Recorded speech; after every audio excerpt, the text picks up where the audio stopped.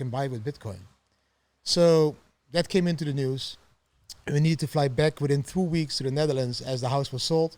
The guy was a Bitcoiner, partly bought the house with Bitcoin, partly, of course, with dollars because we had a mortgage and all that stuff. You have to sign the contracts and da-da-da. Sign the contracts. And at that moment, we were homeless. We were like, shit. We still had the furniture. We had everything. So we started to sell all the furniture, the kids' toys, the bikes, the cars, whatever was left. They had like these own quad motorbikes. And we went living on a campsite. So as you're selling, like whatever you are selling, are you immediately converting it into Bitcoin? Everything into Bitcoin at that moment. At that moment, it was still a lucrative way to do it because at that moment, I already realized I don't want to have this capital. Like Bitcoin for me is a peaceful, anarchistic revolution against centralized entities. So at that time, for me, it was already clear I don't want to buy this online and be able to be traced. And at that moment, there was still a website called localbitcoins.com where you could meet up people and just exchange Bitcoins for cash and cash for Bitcoin. So everything that we sold, the furniture, everything was in cash at that time. It was still legal to use cash as a legal tender. Now it's different. But so we bought a lot of Bitcoin that way. And then when the house was sold, we need to buy that with the bank, of course. So yeah, we went all in. And then after that, the savings. After that, the kids' savings. I had a huge fight with my wife about that because she didn't want to put in the kids' savings. She was like, we're not going to touch. I'm going to triple it. You know, I was so confident. I said, we are going to triple it. So she didn't say yes, but I just pushed the button. So I put the kids' savings in. And then I think Bitcoin was at that time around 3K that I got a letter from my pension fund because I was an entrepreneur and you need to save your own pension fund in the Netherlands. It was not done by the government. And it said that my pension fund was like, I don't know, 60K or something like that, I think it was. And then it's like, can I buy this off? Can I collect the pension fund now? Yeah, 40% fine. And the rest you can have. It's okay, give it, I buy Bitcoin. And then we were all in. And then everything was all in. We lived on a campsite. People were calling us crazy. The whole world flew to us. We had like documentaries on German companies, United States, New York Times, everything flew to that campsite. Like, what are you doing? Are you crazy? You're gambling the life of your kids and this and that. But we already decided we don't care about money anymore. I lost my mother. I lost my father. I was already a millionaire. I couldn't buy any doctor that saved him or cured him from cancer. I couldn't save my money. I realized the most important asset in life is time. I needed to stop spending that time in an office at 40 employees and not at my children and my wife. So I wanted to switch life. My wife loved that I was switching life. I was at home, finally came home.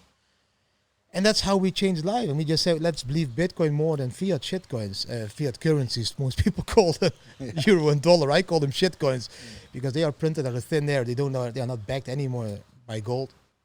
And let's just trust this new evolution of technology, Bitcoin, and just continue this traveling lifestyle. And then my wife got really sick of all the attention. She was like, this is not normal anymore. Because the media is showing up more organically. They're just hearing your story maybe by word of mouth, and they're finding... It started with a local newspaper, local television show, then it went to the national Dutch television, then they came from Germany, they really came from Russia, Ukraine, they came flying from Australia. They just flew there for a couple of days to our campsite to see this, to make a video about it. I mean, we were like, what is happening? You know, I love attention. Let's be honest. I'm an attention seeker. I like it. I want to be a professional football player, not only for the money but also for the attention. My wife is yoga zen. She's like, So at a certain moment, she was like, nah, this is not what I want. It's okay. Then we quit.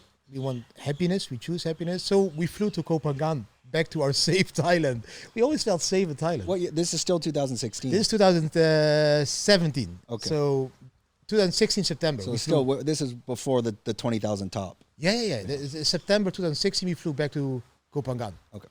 And we were living there together with 40 German families that rented a resort. It was a digital nomad family group. Which area on the island? That was in Chaloklom. So the north past... The north, it's completely north. What's it called? Zen Beach, north of this.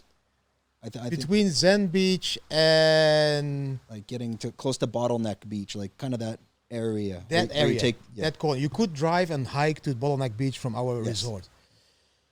And we lived there with 40 German families because we didn't even know what digital nomad is. What is it? How do you treat kids? How do you educate kids? How do you do anything? We didn't bring them to school. So we went there to be educated, but then that turned into me educated all of those digital novels about Bitcoin, of course.